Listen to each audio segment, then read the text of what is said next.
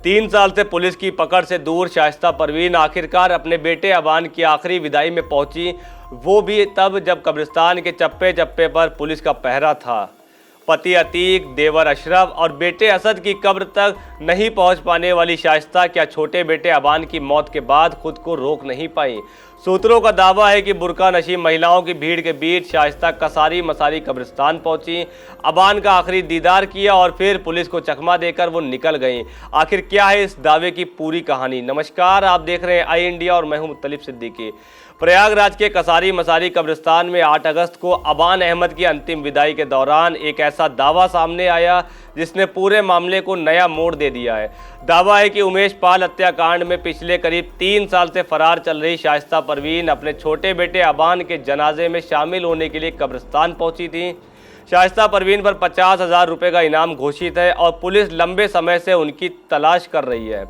ऐसे में सबसे बड़ा सवाल यही है कि क्या भारी पुलिस सुरक्षा के बीच वो कब्रिस्तान तक कैसे पहुंची और फिर वहां से निकल कैसे गईं। मीडिया रिपोर्ट्स और सूत्रों के दावों के मुताबिक शाइस्ता बुर्का नशीब महिलाओं की भीड़ के बीच कसारी मसारी कब्रिस्तान पहुंची। बताया जा रहा है कि कब्रिस्तान की पिछली तरफ की दीवार का एक हिस्सा टूटा हुआ था और बड़ी संख्या में महिलाएं उसी रास्ते से अंदर पहुंची थीं। दावा है कि इसी भीड़ का फ़ायदा उठाकर शाइस्ता भी कब्रिस्तान के भीतर दाखिल हुई और उन्होंने अपने बेटे अबान का आखिरी दीदार किया। हालांकि इन दावों की आधिकारिक तौर पर पुलिस की ओर से कोई पुष्टि नहीं हुई है, इसलिए शाइस्ता के वहां पहुंचने की खबर को फिलहाल सूत्रों के दावे के तौर पर ही देखा जा रहा है। दरअसल शाइस्ता के फरार होने की कहानी उमेश पाल हत्याकांड के बाद से शुरू हुई थी। इस मामले में नामजद होने के बाद से वो पुलिस की गिरफ्त से बाहर हैं। 13 अप्रैल 2023 को झांसी में मुठभेड़ के दौरान उनके बेटे असद अहमद की मौत हुई थी। उसके बाद 15 अप्रैल 2023 को प्रयागराज में अतीक अहमद और अशरफ की गोली मारकर हत्या कर दी गई थी। इन तीनों मौक़ों पर शाइस्ता सार्वजनिक तौर पर अंतिम संस्कार या कब्र तक पहुंचती नजर नहीं आई थी। लेकिन अबान की मौत के बाद सामने आया ये दावा इसलिए भी चर्चा में है क्योंकि इस बार मां अपने सबसे छोटे बेटे को आखिरी बार देखने के लिए तमाम जोखिम उठाकर पहुंची बताई जा रही है। कसारी मसारी कब्रिस्तान में उस दिन भारी भीड़ मौजूद थी। अतीक के दोनों बेटे उमर और अली जेल से पैरोल पर जनाजे में शामिल होने के लिए पहुंचे थे, जबकि एज़म भी वहां पर मौजूद था।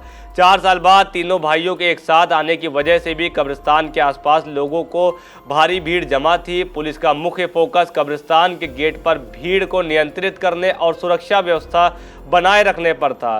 कई बार भीड़ बेकाबू हुई और बैरिकेडिंग भी टूटी। इसी बीच सूत्रों का दावा है कि पीछे की तरफ से महिलाओं की आवाजाही और टूटी दीवार के रास्ते अंदर पहुंची भीड़ ने शाइस्ता के लिए रास्ता आसान कर दिया। बताया जा रहा है कि शाइस्ता ने बेटे अबान को आखिरी बार देखा और फिर भीड़ के बीच से वो वापस निकल गई। अगर ये दावा सही है तो ये पुलिस के लिए भी बड़ा सवाल है कि इतनी बड़ी सुरक्षा व्यवस्था के बावजूद एक वांछित महिला कब्रिस्तान तक पहुंची और किसी को इसकी भनक तक नहीं लग पाई। अबान की मौत सड़क हादसे में हुई थी। 21 वर्षीय अबान का 8 अगस्त को कसारी मसारी कब्रिस्तान में सुपुर्दे खाक किया गया। एक तरफ अबान की अंतिम विदाई में परिवार का गम साफ दिखाई दिया तो दूसरी तरफ शाइस्ता की कथित मौजूदगी ने पूरे घटनाक्रम को और ज़्यादा चर्चा में ला दिया। अब सबसे बड़ा सवाल यही है कि क्या शाइस्ता वाकई अपने बेटे अबान की आखिरी विदाई में पहुंची थी? अगर पहुंची थी तो वो पुलिस के घेरे को पार कर कब्रिस्तान तक कैसे पहुंची और फिर सुरक्षित कैसे निकल गईं? फिलहाल इस दावे की आधिकारिक पुष्टि का इंतजार है, लेकिन अगर ये सच साबित होता है तो शाइस्ता की तलाश में जुटी एजेंसियों के लिए ये एक अहम सुराग भी बन सकता है।